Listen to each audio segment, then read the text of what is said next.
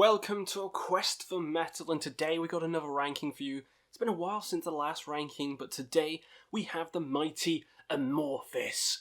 So many albums, so many amazing albums. This is like a parallel with Enslaved. Both bands with near flawless discographies, so it was ridiculous to go through all of them and ridiculous to try and rank. But we're here and we're gonna try it. It's a bit dark, so let's light it up a bit. Hopefully that's a bit better. We'll see. Anyway, time to rank some Amorphis, so let me know down below what's your favourite Amorphis albums, what's your least favourite, and again, they have so many good ones that this list was so hard, so some of your favourites might come even last, or lower down on the list, and don't start crying. Just let me know in the comments why it's your favourite, and then you can start crying. So yeah, let's get started with my least favourite, which is Far From The Sun. So yeah, Far From The Sun is my least favourite by Amorphis. It is in the more kind of hard rock category after the first couple of albums, which were kind of really damn heavy, melodic death / almost just pure death. Then you hit into Elegy, which was a cool combination of styles, and then you got into the next couple of albums, which I'm not a big fan of. So they are going to come quite low down, and Far From The Sun is the last album with Passy. Hopefully I've said his name right. And it just feels uninspired, it feels like it doesn't want to be there. None of the songs really hit that hard, and it's easily last place for me. I mean, it's still fine, it's still a fine album compared to a lot of other bands, but compared to Amorphis, it's not cutting it, so it's coming last. So yeah, Universum is next. This is again in that more hard rock kind of style. Again, I'm not a big fan of this kind of era of the band.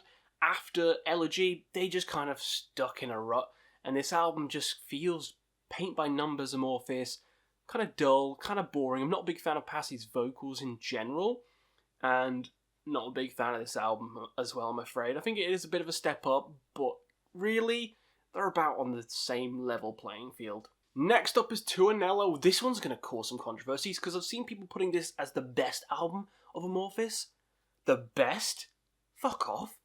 It's not that good, in my opinion. I don't really like this one either. This is the last one in that kind of hard rock category with Passy on vocals, and it just sounds just kind of dull as dishwater. It is better than the other two. I will say there's more kind of heart in this one, more folky stuff. It's just more interesting as an album. The songs feel more developed as a whole as well. But I don't like it that much. These are the only 3 albums I'm kind of like iffy on. Everything else was stupid to rank, but these 3 are definitely last. I could easily put this one last as well, but it does stand out. It has some more standout songs, but overall, it's not one I'm going to go back to again and again. Yeah, it's fine for what it is. I don't understand the hype for it, so fuck it, fuck it. It's Questy. It's coming last. Oh, now into the good stuff. The Beginning of Times is next. This is more like it, so from here on out, it was stupid. I could mix a lot of these albums up because they're that goddamn brilliant. This is a massive step up. I love the singing way more because, we changed singers on this one because Tommy's singing on this one and he's such a better singer in my opinion. Adore him, adore his fucking vocals.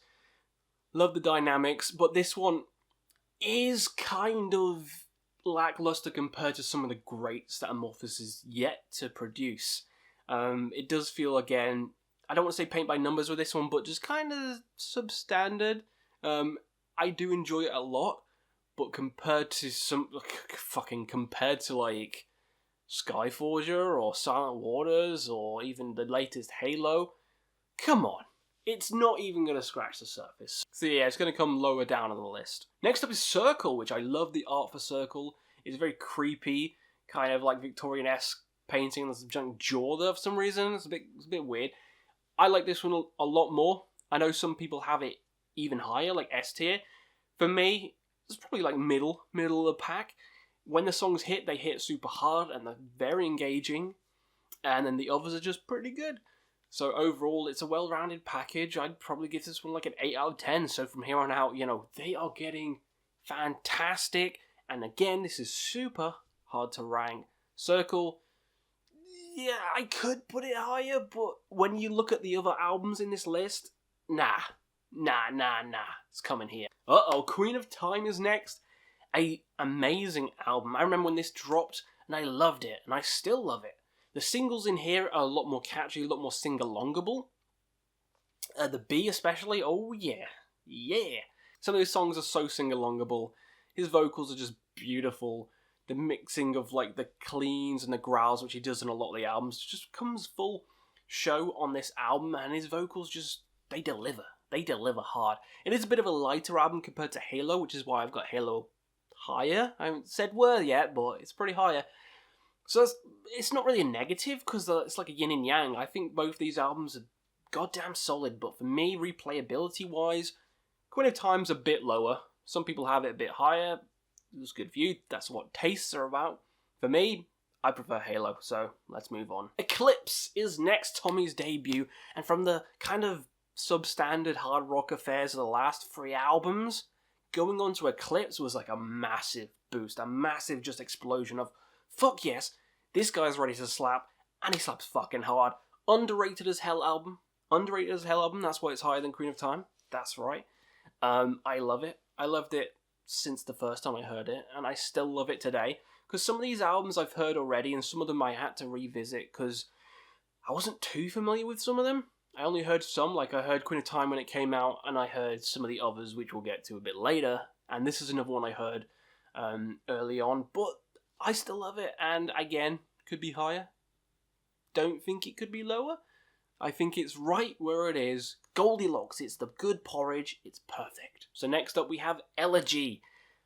Oh boy, this one I didn't like at first. I didn't like this one because the vocals are a bit strange on it, because it's with, you know, the earlier vocalist, and I'm not a big fan of his style, but the more I listened to it, the more it kind of grew on me, and this album just is like, it's like crack.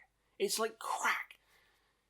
The mixing of like heavy metal with the death growls and the Amorphis kind of melodic death style just works so well in this album.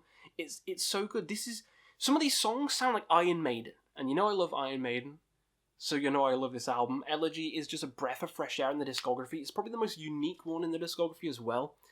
It's a shame it's not a bit higher on my list, because I do love it a lot, but it's those vocals, I still think they're not that good, so maybe trigger people on that one.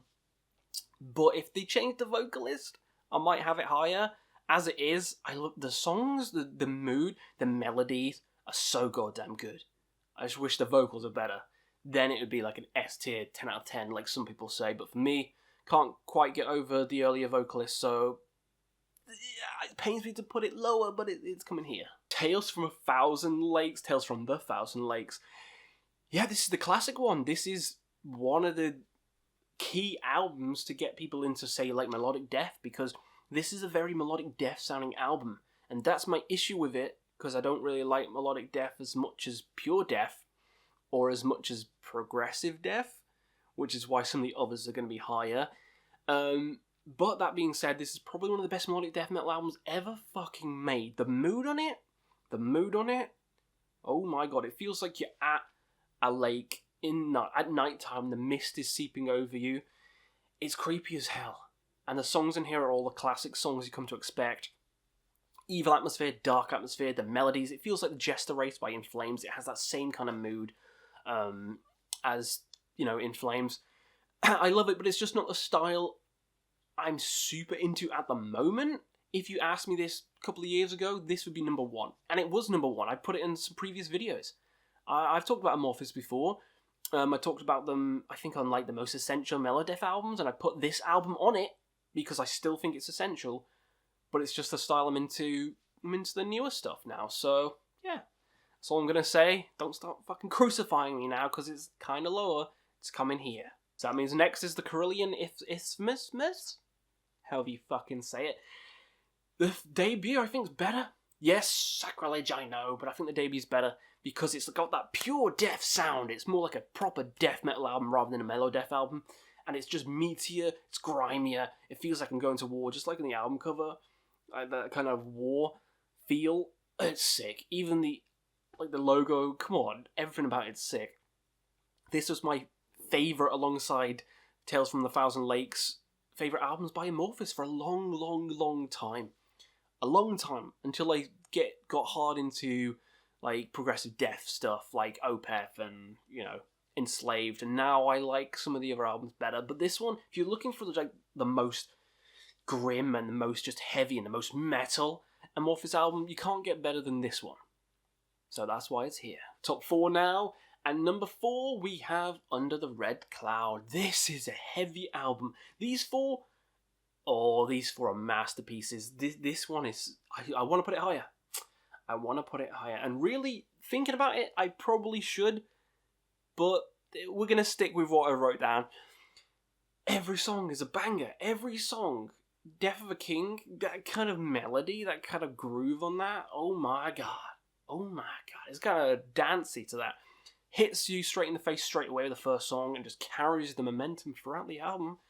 This is an amazing album later into their career as well.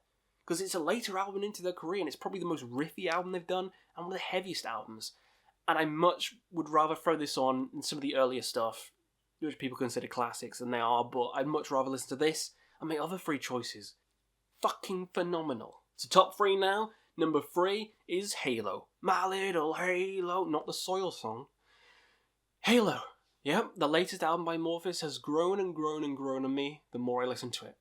I think it's much better of an album than Queen of Time, and I love Queen of Time. I loved it when it came out. I still love it now, but this is better. The song's more memorable.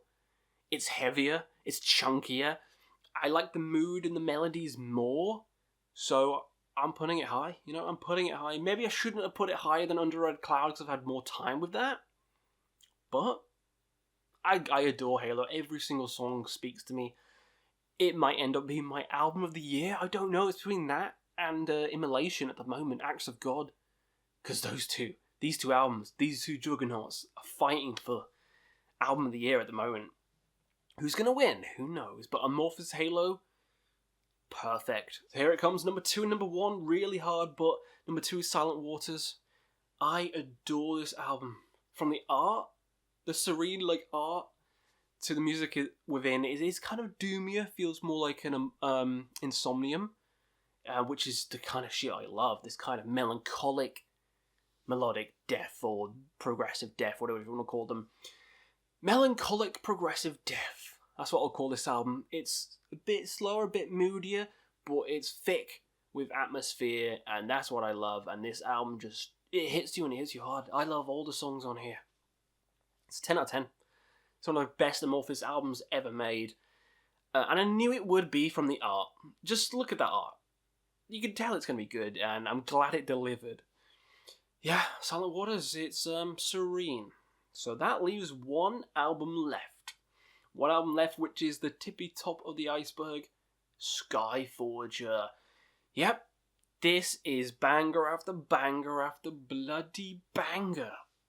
Silver Bride, come the fuck on. That's like one of the best songs ever made.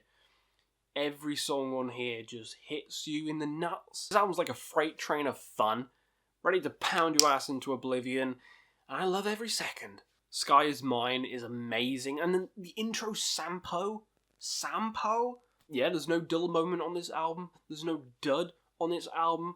It's the best, and it's my favourite for a reason, because it's flawless, and I love it. So that was my Amorphis ranking from my least favourite to my favourite.